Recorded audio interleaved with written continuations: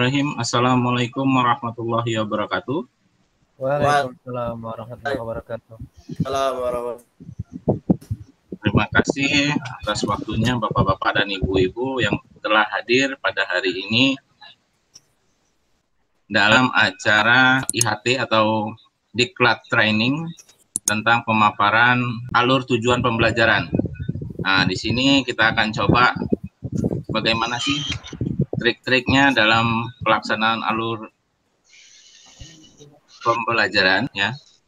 Sebelum kita mulai pada session hari ini, marilah kita bersama-sama menundukkan kepala agar pembelajaran pada hari ini bisa berjalan dengan baik dan lancar.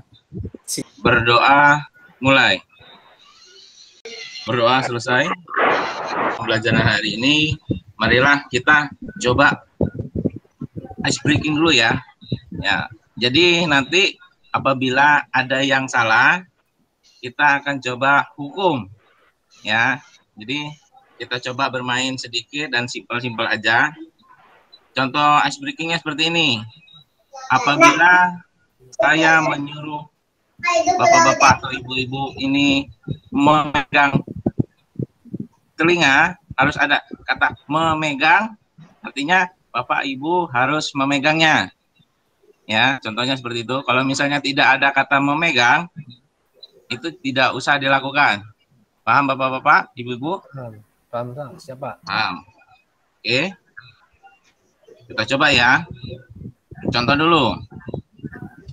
Memegang hidung.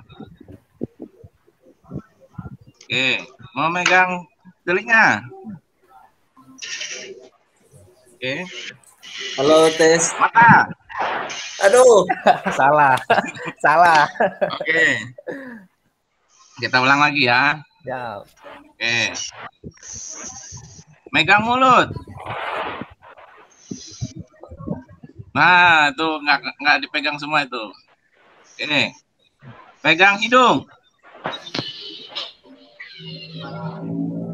Pegang kuping. Mata. Pegang hidung. Pegang rambut. Nggak ada yang pegang tuh. Elsa nggak pegang tuh. Elsa nggak pakai kerudung, Pak. Pakai kerudung, nggak dipegang tuh kan. Oke, mau dikasih tugasnya hukuman apa ini? Buat Bu Elsa. Atau jangan suruh dihukum, Pak. berdiri Kasihan dulu. baru selesai lahiran. Oh, selesai lahiran. Oke. Jadi itu sampel saja ya dalam penyampaian ice breakingnya supaya pembelajaran pada hari ini tetap semangat ya. Ya, Pak. Harus semangat dan tetap semangat. Ya. Oke. Marilah kita sambut pemateri kita untuk menyampaikan alur tujuan pembelajaran atau ATP yang akan disampaikan oleh Pak Ade Suhendra. Waktu dan tempat kami persilakan. Terima kasih, Pak. Assalamualaikum warahmatullahi wabarakatuh. Waalaikumsalam warahmatullahi wabarakatuh. Alhamdulillah rabbil alamin. Assalatu wassalamu ala surafil anbiya'i wal mursalin wa ala alihi wa sahbihi rasulillah ajma'in wa ba'du. Yang pertama-tama mari kita panjatkan puja dan puji syukur kita kehadirat Allah Subhanahu wa taala yang mana sampai saat ini kita dapat berkumpul melalui Google Meet dalam rangka IHT tentang alur pembelajaran. Baiklah Bapak Ibu, langsung saja kita mulai. Saya akan men-share dulu ini materinya.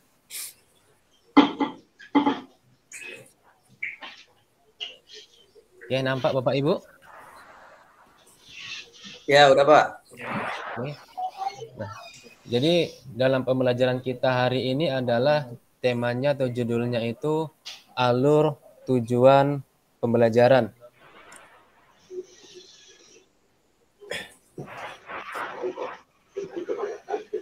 Nah, secara umum ada dua langkah besar dalam penyusunan perangkat ajar untuk suatu mata pelajaran. Yang pertama, itu ada penyusunan alur dan tujuan pembelajaran. Di mana alur pembelajaran adalah rangkaian tujuan pembelajaran yang disusun secara logis menurut urutan pembelajaran sejak awal hingga akhir suatu fase. Alur ini disusun secara linear sebagaimana urutan kegiatan pembelajaran yang dilakukan dari hari ke hari. Jadi di alur pembelajaran ini ada beberapa fase, itu fase dari A sampai F, di mana untuk kita sebagai pendidik tingkat SMA atau SMK, itu kita berada di fase E dan fase F. Nah, untuk fase E sendiri itu dia berada di kelas 10, kemudian fase F itu dia untuk kelas 11 dan kelas 12. Yang kedua, ada pengembangan modul ajar. Nah, di pengembangan modul ajar ini itu seperti RPP, namun dilengkapi dengan berbagai materi pembelajaran, lembar aktivitas siswa, dan asesmen untuk mengecek apakah tujuan pembelajaran dicapai siswa. Kemudian, poin yang kedua, perangkat ajar diharapkan membantu guru mengajar menggunakan metode terdiferensiasi. Jadi di modul ajar ini kita dituntut untuk menentukan mata pelajaran yang kita ampu, kemudian jumlah jam pelajarannya. Dari modul ajar itu atau RPP yang kita buat nanti, kita tentukan asesmen apa yang cocok yang kita tujukan untuk peserta didik. Kemudian kita masuk ke bagian konsep alur tujuan pembelajaran. Di konsep ATP ini ada capaian pembelajaran atau CP. CP itu adalah kompetensi yang diharapkan dapat dicapai oleh siswa di akhir fase. Ya, di akhir fase CP terdiri dari 6 fase, yaitu A sampai dengan F, atau tahapan yang meliputi seluruh jenjang pendidikan dasar dan menengah. Seperti yang saya sampaikan di pada slide kedua tadi, ada fase yang kita kejar nantinya, yang kita capai. Khusus untuk kita sebagai pendidik tingkat SMA atau SMK, itu kita berada di fase E dan fase F.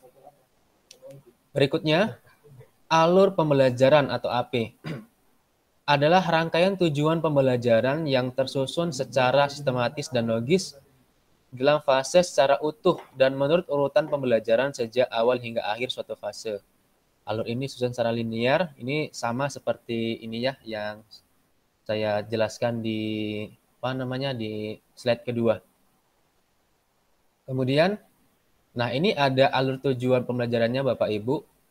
Jadi di fase pertama di kelas 1 nanti ada beberapa tahapan atau beberapa fase-fase kaitannya dengan tujuan pembelajaran. Contoh tujuan pembelajaran 1.1 itu kita buat misalnya mau buat bagaimana, kemudian 1.2, 3, 4, dan seterusnya itu berkaitan, berkesinambungan. Kemudian sampai di akhir fase, nah di akhir fase inilah yang kita buat nanti ujungnya sampai di capaian pembelajaran yang akan dicapai oleh siswa. Di alur tujuan pembelajaran ini, situ ada kompetensi, ada konten, dan ada variasi. Nah, untuk kompetensi, yaitu kemampuan yang dapat didemonstrasikan oleh siswa. Kemudian konten, itu adalah konsep utama yang perlu dipahami diakhiri satu unit pembelajaran.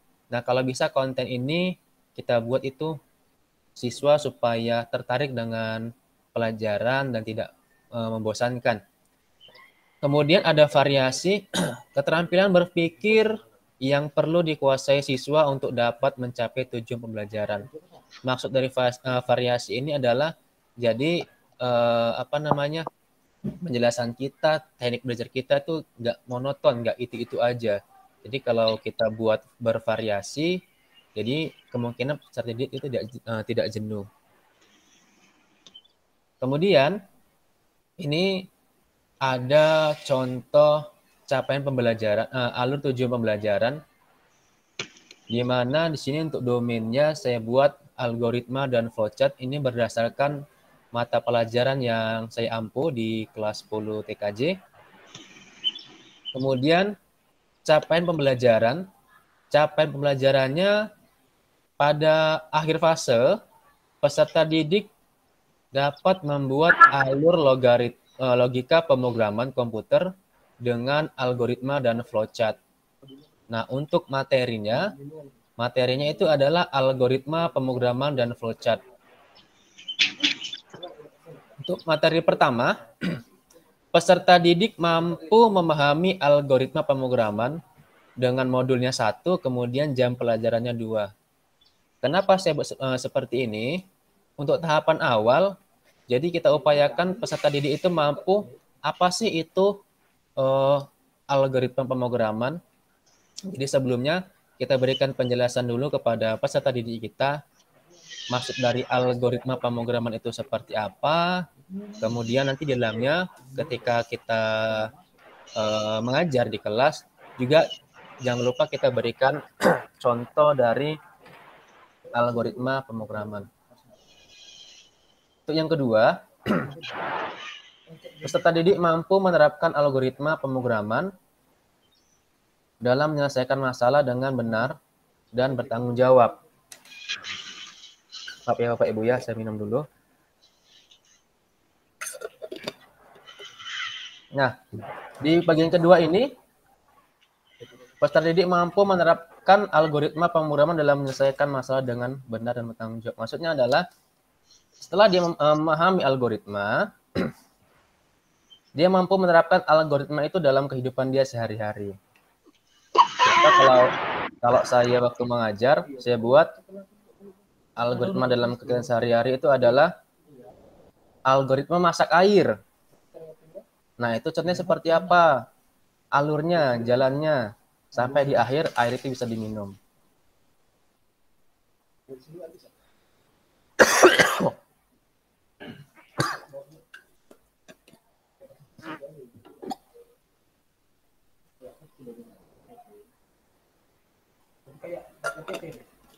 Bapak Ibu ya, saya lagi flu dan batuk, jadi agak tenggorokannya sakit.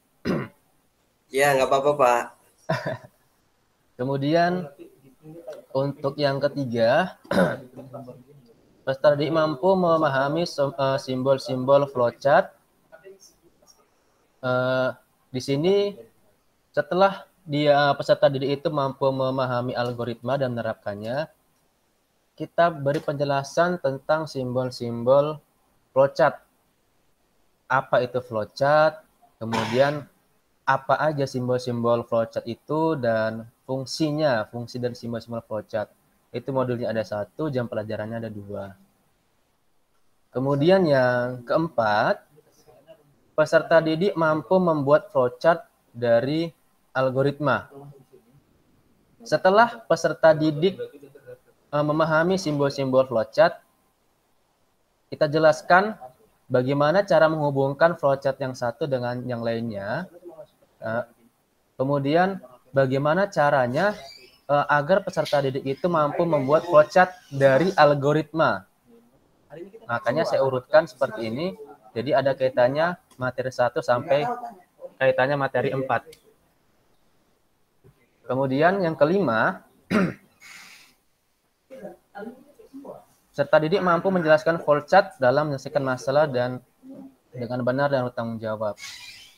Jadi peserta didik itu mampu menjelaskan apa yang telah dibuat di atas. Ketika buat algoritma, buat flowchart, jadi mereka mampu menjelaskannya. Yang keenam, peserta didik mampu membuat alur logika pemrograman komputer dan flowchart. Jadi poin yang terakhir inilah capaian akhir dari tujuan pembelajaran. Itu modulnya ada 2, dan jam pelajarannya ada 2. Nah, untuk di sini memang ada kendala. Kendalanya itu adalah di jam pelajaran. Mengingat sekolah saya adalah swasta, jadi untuk pembagian jamnya itu sedikit. Ya, pembagian jam itu sedikit. Jadi kemungkinan tatap muka dengan siswa itu tidak dapat berlangsung lebih lama. Mungkin hanya ini yang bisa saya sampaikan. Kurang lebihnya saya mohon maaf. Saya kembalikan ke moderator. Terima kasih. Assalamualaikum warahmatullahi wabarakatuh. Waalaikumsalam warahmatullahi wabarakatuh. Oke, terima kasih buat Pak Hendra atas pemaparannya. Untuk sesi selanjutnya kita akan coba buka sesi tanya jawab ya, agar materi yang disampaikan oleh Pak Hendra sampai atau belum tentang pembelajaran ATP tersebut. Ya, ATP itu apa, terus bagaimana konsep-konsepnya, itu nanti bisa dijelaskan dengan Pak Hendra. Yuk kita buka sesi ini, sesi tanya jawabnya. Barangkali ada yang mau bertanya, silakan. Mungkin Pak Irham mau nanya duluan untuk membuka sesi. Oke, jadi lupa ya. Nggak jadi sabar nih kalau misalnya mau bertanya ini, karena masih sekolahan baru nih Pak. Jadi kita coba tanya jawab dulu aja ya Pak ya. Ini saya sudah buat soal. Jadi sebelum Bapak menerangkan materinya, konsep dari ATP tersebut mempunyai alur Pak, dan tujuan capaiannya. Apa sih yang cocok untuk sebuah sekolah penggerak itu, bagaimana sih alur-alurnya biar kita itu bisa terfokus ke sana gitu. Jadi bagaimana cara-cara atau langkah-langkahnya yang harus kita laksanakan. Kan itu ada fase A sampai dengan E tuh. Bisa Bapak jelaskan lagi? Oke. Kalau menurut saya Pak ya, dari fase-fase itu, karena kita berada di tingkat SMA atau SMK, jadi saya ambil di fase E Pak ya. Kalau di fase A itu kan dia di SD ya. Jadi kita harus ini dulu Pak, tentukan dulu fase E itu dia harus bagaimana gitu. Contoh tadi kalau di mapel saya, supaya peserta didik tadi ini mencapai tujuan pembelajarannya, saya buat dulu fase E ini yang dasar-dasar dulu Pak. Ya, tentang pengetahuan dasar dulu. Jadi nggak langsung ke poin inti, Jadi kalau saya poin dasarnya itu tentang pengetahuan dasar, misalnya algoritma. Apa sih apa sih algoritma itu? Maksudnya apa sih gitu? Setelah dijabarkan, setelah diberi penjelasan tentang yang dasar tadi itu, kita beri contoh dulu. Kita beri contoh dari algoritma itu gitu. Percuma kalau kita beri penjelasan, percuma kalau kita bicara panjang lebar, tapi Anda nggak tahu cara buatnya. Nah, gitu. Jadi kalau saya untuk supaya anak tercapai tujuannya tadi itu, jelaskan dulu dengan bahasa sederhana ya. Lebih enak sih pakai bahasa sehari-hari atau bahasa mereka. Jadi anak mudah mengerti. Kemudian kita beri contoh yang simple.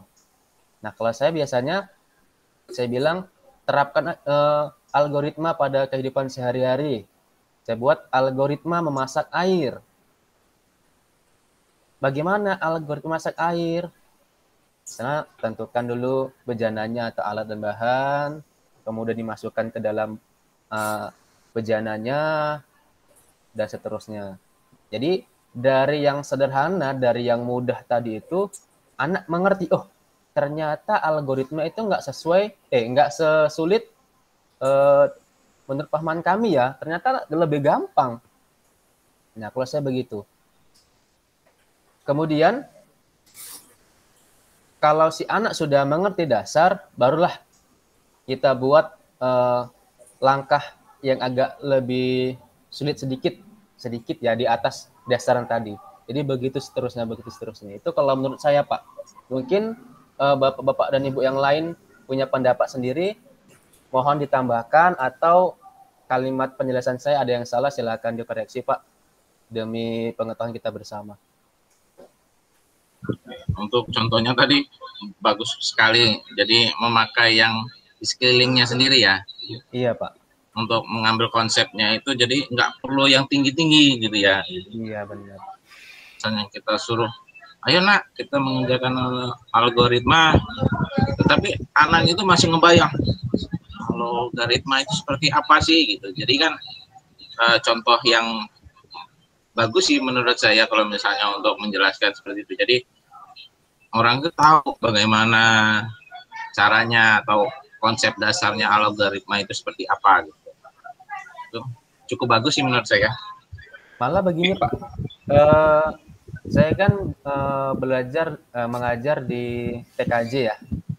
Ya. Jadi saya pernah waktu itu mengajar SIMDIK untuk kurikulum K13. Itu kan ada algoritma, Pak ya. Iya, benar. Nah, saya itu mengajar di jurusan OTKP, perkantoran. Jadi teknik yang saya pakai itu tekniknya sama. Dan luar biasanya dengan teknik yang sama tadi itu, mereka yang nggak punya basic komputer, yang nggak punya pengetahuan algoritma pemrograman komputer, mereka bisa paham. Jadi dalam 2 kali pertemuan itu, kalau diulang, untuk pertemuan berikutnya mereka sudah mengerti. Jadi kalau dibilang algoritma pergi ke sekolah, mereka tahu. Oh, algoritma di sekolah seperti ini ya langkah-langkahnya. Jadi algoritma itu apa? Nah, mereka bisa tarik kesimpulan sendiri. Jadi kalau kita mengajar peserta didik dari hal yang sederhana, pakai bahasa mereka, bukan bahasa buku ya, itu saya rasa lebih merangsang daya pikir mereka, Pak. Daya tangkapnya itu lebih cepat. Iya, benar, Pak. Jadi kita penting juga ya kalau misalkan untuk mengetahui karakteristik anak-anak, gaya bahasa mereka pada zaman sekarang gitu. Jadi memudahkan kita dalam mengajar juga ya, Pak.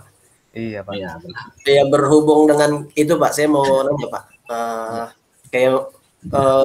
Gimana sih, Pak, perencanaan pembelajaran yang ideal menurut tuntutan kurikulum yang berlaku? Sekarang kan kita menuju ke sekolah penggerak segitu, Pak. Iya. Mohon jawaban, Pak.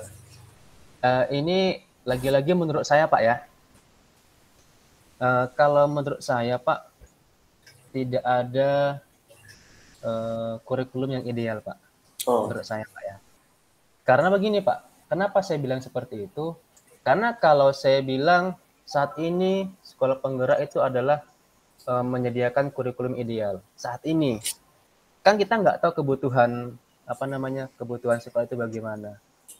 Bisa jadi udah kita terapkan, tapi yang menjalankan nggak bisa. Itu, Pak, menurut saya. Jadi kalau saya itu yang bisa kita pakailah. Contoh, kalau kita bisa menerapkan di sekolah penggerak ini, ya apa yang sudah kita pelajari, ya, mulai dari pendidikan menurut Ki Hajar Dewantara, itu bisa kita gali terus. Karena kan jujur kalau di saya belum bisa menerapkan itu di proses belajar mengajar saya selama ini. Kalau dibilang 50% ya belum. Ya belum, Pak. Jadi menurut saya sih seperti itu. Monggo, Pak, kalau ada pendapat yang lain, Pak.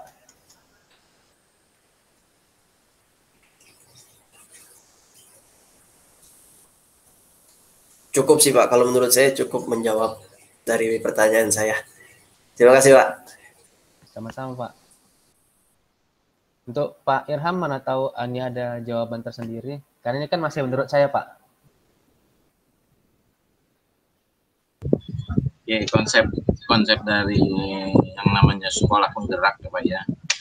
Menurut saya juga sih ya, menurut saya sekolah penggerak ini kita yang menggerakkan Pak.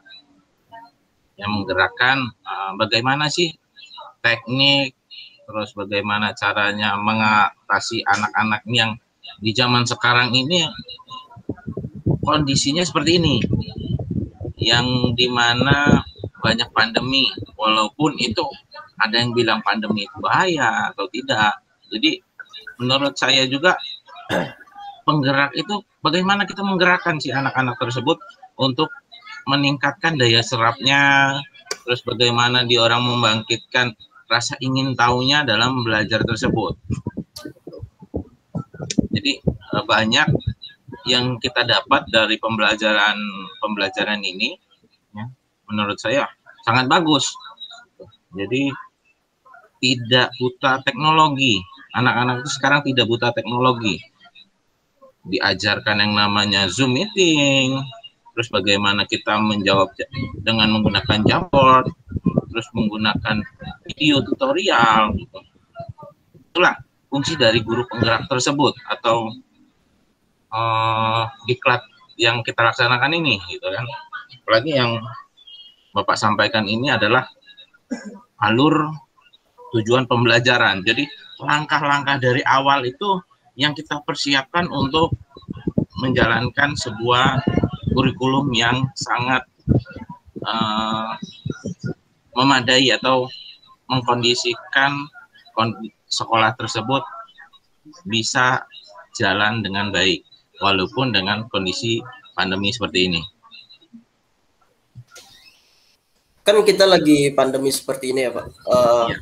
Caranya kita tuh gimana sih ya kalau untuk kita tahu gitu capaian pembelajaran anak tuh udah sampai mana, apa udah sesuai dengan yang kita harapkan apa belum gitu. Mungkin barangkali dari bapak-bapak dan ibu ada teknik-tekniknya gitu bisa kita sharing di sini. Kalau untuk produktif ya Pak ya, kemungkinan sih agak sedikit susah kalau misalnya dia tidak praktek. Jadi mau tidak mau, suka atau tidak suka, memang kita harus mengajak siswa tersebut untuk datang ke sekolah, walaupun tidak semua. Jadi dalam arti pembatasan dalam kelas. Contohnya dalam kelas itu ada 30, kita datangkan dulu 15 orang. Ini kan tidak perlu banyak-banyak, jadi setengah kelas dulu, untuk setengah kelasnya minggu depan. Contohnya seperti itu. Biar daya serap, daya tampung anak tersebut itu tercapai. Terlalu penuh kondisi kelas juga tidak bagus, Pak. Karena daya serap anak itu kan beda-beda tuh, Pak. Bagaimana dia menangkap sebuah pembelajaran itu, karena posisinya anak tersebut sudah terlalu lama sekali, itu panjang tidur yang lelap karena tidak tahu sekolah.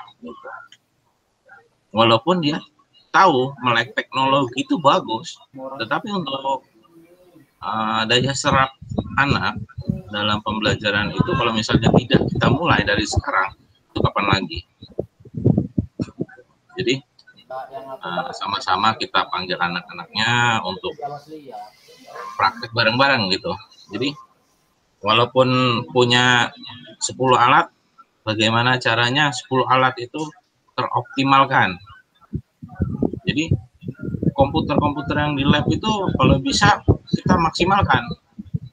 Jangan sampai dia menganggur aja gitu kan. Ada lab yang bagus.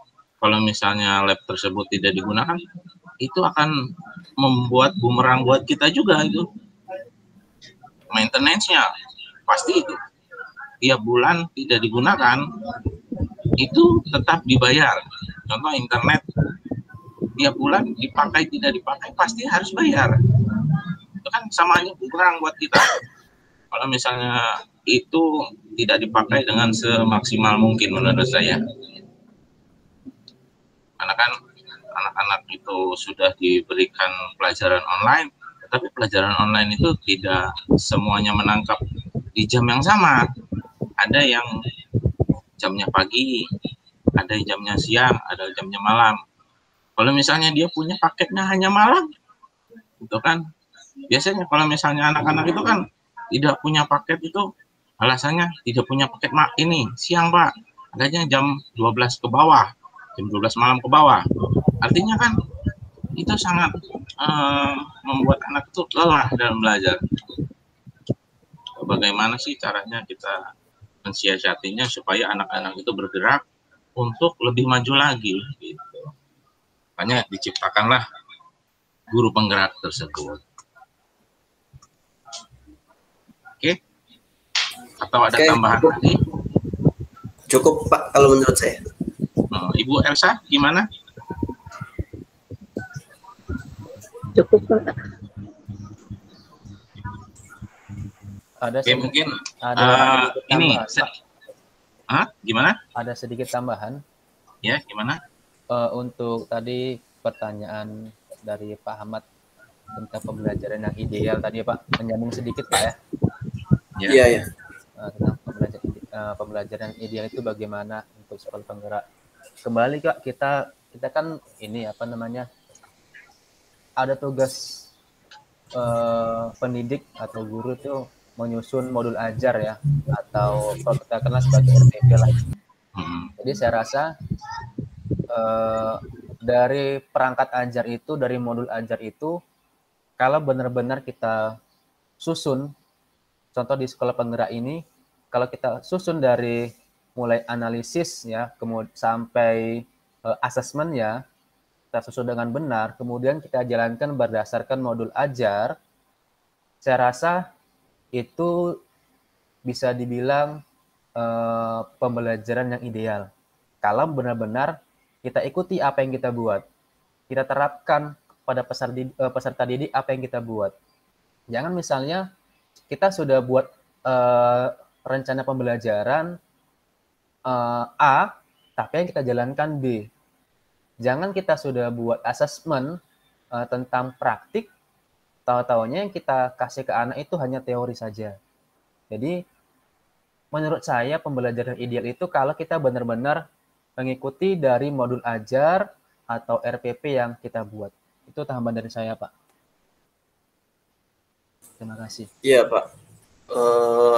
Karena di SMK juga itu ya, Pak ya. Seharusnya 30% teori, 70% itu praktik ya, Pak. Iya, Pak. Ya, jadi terkadang memang kendalanya lab yang kurang memadai dan kapasitas labnya yang kurang gitu ya. Jadi yang membuat guru-guru itu terkadang nggak usah praktek lah, nggak muat gitu. Terkadang mau dibagi dua pun anak-anak yang di kelas takutnya pada keluar-keluaran seperti itu ya. Ditambah lagi gini Pak, kita buat modul ajar itu luring, tapi kenyataannya kita itu pembelajaran daring.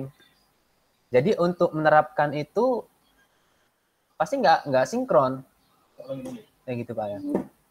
Mau bagaimana kita buat konsep belajar luring kalau kita terapkan daring untuk praktek misalnya. Bagaimana praktek luring? Sedangkan kalau kita TKJ kita kan butuh alat.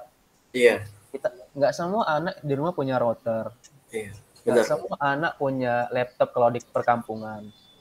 Nggak semua anak orang tuanya di rumahnya menyediakan jaringan yang memadai. Jadi saran saya biar supaya pembelajaran kita ini ideal, kita samakanlah dengan keadaan kita sekarang. Kalau misalnya kita sistem belajar masih daring, ya udah kita terapkan aja, kita buat aja modul ajar itu ya daring juga gitu.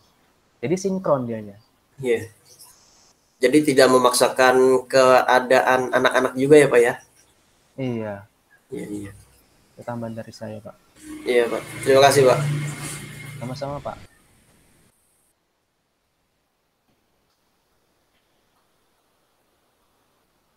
Bisa pembelajaran yang ideal itu memang harus seimbang dengan yang namanya praktek apa yang dicapai oleh anak-anak tersebut, Pak ya. Iya, Pak. Ya, cukup, Pak. Oke.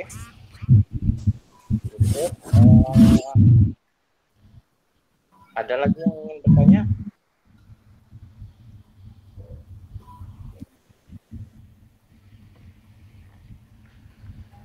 Bapak atau Ibu yang ingin bertanya, silakan.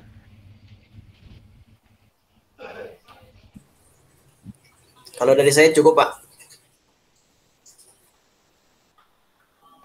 Oke, sebelum kita tutup, kita ice breaking lagi ya.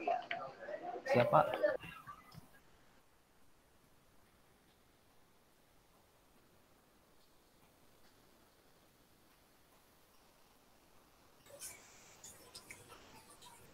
Mic-nya belum nyala, Pak. Agar memacu kita, semangat kita dalam belajar dan terus tetap belajar, kita coba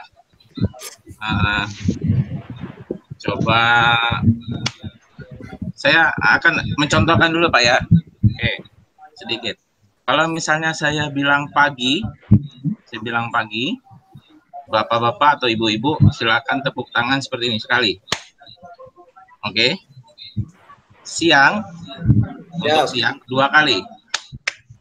Oke. Sore seperti ini. Oke. Bisa dipahami? Pagi, siang, sore. Oke, bisa? Bisa. Oke, kita coba ya. Siang. Oke. Sore. Oke. Dilanjut ya. Pagi. Siang. Sore. Malam. Nggak ada dong. Oh, ada dong. Istirahat, Pak, kalau malam, Pak. Iya, tidur. Iya, tidur, Pak. Jangan tepuk tangan terus, Pak. Nanti ditanya orang-orang ngapain gitu kan. Pukul nyamuk, Pak. Oke. Nah, pembelajaran hari ini kita cukupkan ya. Terima kasih atas waktunya Bapak-bapak dan Ibu-ibu yang sudah hadir pada pembelajaran hari ini. Semoga pembelajaran hari ini bisa terserap materinya dengan baik dan benar dan diaplikasikan ke sekolahannya masing-masing supaya sekolahan tersebut menjadi lebih maju dan lebih semangat dalam menyongsong hari-hari yang lebih cerah kembali. Oke, seperti Tuturi Handayani yang pernah kita bahas yang minggu-minggu yang lalu. Oke, sebelum kita tutup, marilah kita bersama-sama berdoa menurut kepercayaan masing-masing. Berdoa mulai.